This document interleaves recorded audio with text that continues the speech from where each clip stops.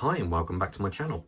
Today I wanted to do a long overdue review of my Rolex here. Now I've had this watch for almost 5 years and it's about time I did a proper high def review of it. Now this model is the 116710 BLNR, almost commonly known as the Batman.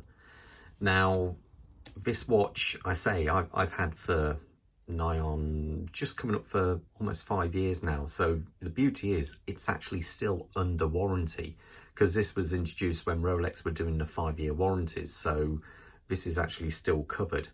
Now it's a watch that really doesn't need kind of any introduction. It's become quite a famous watch for Rolex. When you think this watch only came into being, well, back in the late 50s is when it all really started, when the Pan Am airline pilots asked for a watch where they could record 2 time zones. You can actually record 3 on this, but that's a whole different video. So back in the late 50s is when this GMT was actually introduced. And then it kind of went off the radar a bit until back in 2007.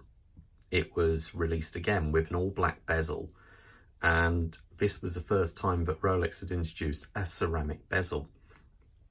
And obviously now everyone has a ceramic bezel, or try to. They do look absolutely amazing. The job they've done on this bezel is absolutely superb. Now, so that was in 2007. Also at the time, it's the first time they introduced the maxi case. Now, what is meant by that is prior to this, if I pull in an older sub here, this Kermit, you can see that the diameter of the actual size of the lugs and crown guards are a lot smaller. Now, if I hold these 2 watches together, you would think that this watch is a lot bigger than that watch, but actually no, they are both a 40mm case. Let me get my calipers on here and you can see. So what they've done is to try and beef it up. So where is it? If I go across here, across the bezel, yeah, you see you're coming on 40mm, and what do you call it? You've got 40mm there as well.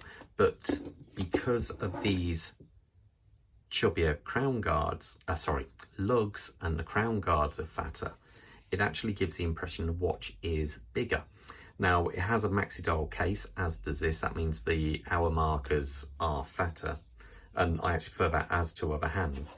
Now, other dimensions on this watch, I should actually point out, it's actually quite a slim watch. It's only 12mm thick, which actually for a sports watch, I think isn't bad at all. And the lug to lug, I think it's about 48mm, give or take. These aren't the best calipers, but there you go. So anyway, but that gives you the impression of size. So it's love it or loathe it. Some people don't like this maxi case, and I'm not a huge fan. I prefer it slightly slimmer, but there you go. So that's how it actually is. Now, this one, when it was introduced, this model, the BLNR, was introduced in 2013, and it was an immediate hit. I remember seeing one in a shop back then and thinking, I tried it actually on, this was in Berlin, and I thought, oh, I do quite fancy it. I'll have a think about it. And stupidly, I had to think about it, and then when I came back, it had gone. So, I mean, I put my name down for one, and I was lucky enough to pick this one up just before the end of production, because it only ran from 2013 to 2018. I picked this up, actually, I think it was 7th of June, no, what was it? 7th of July, so 7/7/17. So it is actually still under warranty, and wherever I wear it, this watch always gets attention. The amount of people always say, oh, that's a lovely looking watch, blah, blah, blah. So it's, it's definitely one, because of that bezel, it gets noticed. The actual bezel, well, actually zoom in before we talk about the bezel, but zoom into that dial so we get a better look at that. As with all Rolexes, the sports models, you have the lovely polished hands, lots of lume, and you have the nice hour markers, which I believe are white gold surround, again full of lots of lume. The lume on this watch actually is very impressive. Obviously you have a Cyclops, love it or hate it. I personally like the Cyclops because I feel it's it's Rolex. You can see from a distance that's a Rolex, and that's what I do like about it. And unlike many people who try and imitate it, the Rolex Cyclops does do a lovely job of magnifying that date wheel under there. It really does do a nice, clear, concise job of magnifying. I believe it's by 2.5 the magnification is. Now, the big difference with this, say, compared to a, I don't know, an SD4K, is you have this GMT hand, and that would indicate the second time zone. So if you want to read the second time zone on this at a moment, obviously the time it's reading right now is 7:27, but if you use the other time zone, you actually use that hand, you then rely on this outer bezel, so that's 21:27. So that's how you do that. You can also offset this and then do another time zone on top of that, but that starts getting complicated. Now, one big difference with the bezel on this, say, versus a regular sea dweller, obviously you have very beautiful 120 click. On this one,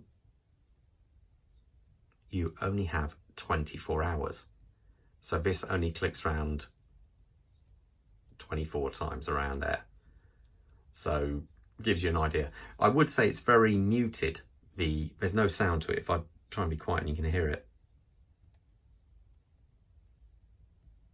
It's a very muted sound. The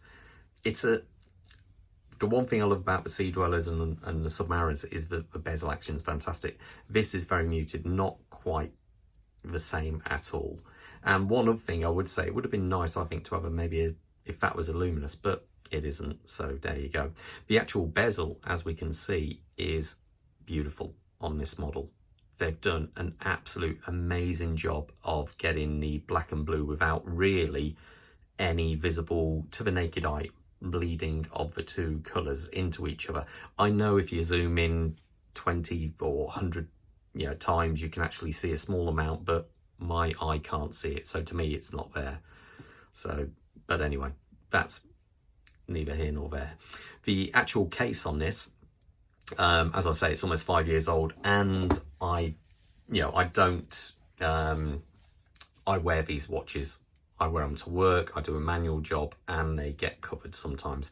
So they're not safe queens by any stretch of the imagination. But it still looks pretty good. It's not too bad at all. Sorry, just grease off my fingers there. But you can see overall it still looks nice and shiny. It's picked up some battle scars on the way, but I'm not one of these who worries about little tiny marks on it. The only downside is, well, say some people think it's a downside, some of us don't, is on this model versus say like one like this, the bracelet is completely brushed, where on the BLNR the center is polished, which looks nice, gives it a little bit more of a dressier look to it, but my god, do they pick up scratches. They pick up a lot more scratches on those centers. Now, what some people have done, I've done it before, is put the brushed finished bracelet onto there, and it does look really quite cool with that on there. Now, obviously your typical oyster bracelet, fantastic quality, screwed in, very nice. The clasp on this, you do have your fold over safety there, but what you don't have is the guide link adjustment on this, but you do have a easy link. So if I hold my finger there, so that's where it is at the moment, if I pull this down, you get another 5mm worth of extension. Now, oh, you can actually see I've still got a sticker on there. You can actually, you can see it there, that link, and you fold it back on itself, and that's locked in. So if you're on a really warm day, your watch feels a little bit too sort of like tight on your wrist, you can actually do it while it's on your wrist. You just pull, and then that releases out. Gives you a little bit more, just that little bit more extension on the bracelet, allows it to be a little bit more comfortable. As you can see, being, I've still got a sticker there, my god. There's no signing on the case back at all. It is quite a slim watch when compared to a Submariner, which bulges out a little bit more. I've only got an older Submariner there, but I think you can see it sticks out a little bit further. But the difference being, this watch is water resistant, but only to 100 meters. And if I zoom in on that crown, you can see there we have the 3 dots, which integrates. This has got the triple lock system on there, so the 3 sets of seals. Now, I say in 2018, this watch was this watch was actually discontinued and then replaced with the newer model, which is I believe it's the 126710.